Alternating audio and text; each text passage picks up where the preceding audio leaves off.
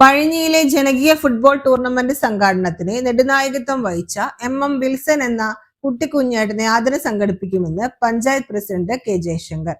49 വർഷം പഴഞ്ഞിയെ ഫുട്ബോൾ ലഹരിയിലേക്ക് ഉയർത്തിയ ഫുട്ബോൾ ഫ്രണ്ട്സിന്റെ 2026 ജനകീയ ഫുട്ബോൾ ടൂർണമെന്റ് സമാപന സമ്മേളനം ഉദ്ഘാടനം ചെയ്ത് സംസാരിക്കുകയായിരുന്നു അദ്ദേഹം.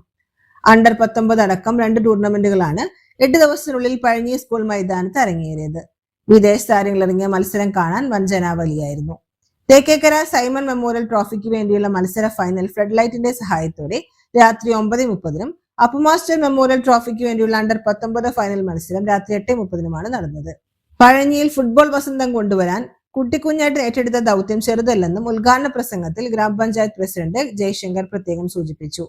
വാശിയേറിയ തെക്കേക്കര സൈമന്റെ ഓർമ്മയ്ക്ക് വേണ്ടിയുള്ള ഫൈനൽ മത്സരത്തിൽ RVK ഔട്ട്ലെറ്റ് സ്പോൺസർ ചെയ്യുന്ന താജ് ഗ്രൂപ്പ് പന്നിത്തടവും ടീം ഓഫ് പഞ്ചവടിയും ഏറ്റുമുട്ടിയപ്പോൾ 2-1 സ്കോറിന് ടീം ഓഫ് പഞ്ചവടി വിജയിച്ചു. അണ്ടർ 19 അപ്പുമാസ്റ്റർ ഓർമ്മയ്ക്ക് വേണ്ടിയുള്ള വിന്നേഴ്സ് റണ്ണേഴ്സ് ക്യാഷ് പ്രൈസിന് വേണ്ടിയുള്ള മത്സരത്തിൽ LFC ഇട്ടോണം ലോമോസ് ചങ്ങരംകുളം ഫൈനൽ മത്സരത്തിൽ 2 ഗോളിന് LFC ഇട്ടോണം വിജയിച്ചു. സമ്മേളനത്തിൽ ക്ലബ് പ്രസിഡന്റ് എം വിൽസൺ അധ്യക്ഷത വഹിച്ചു.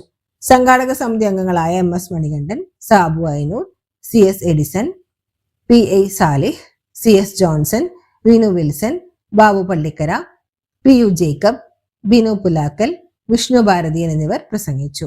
Kunnamkulam police circle inspector Salim മുഖ്യാതിഥിയായി.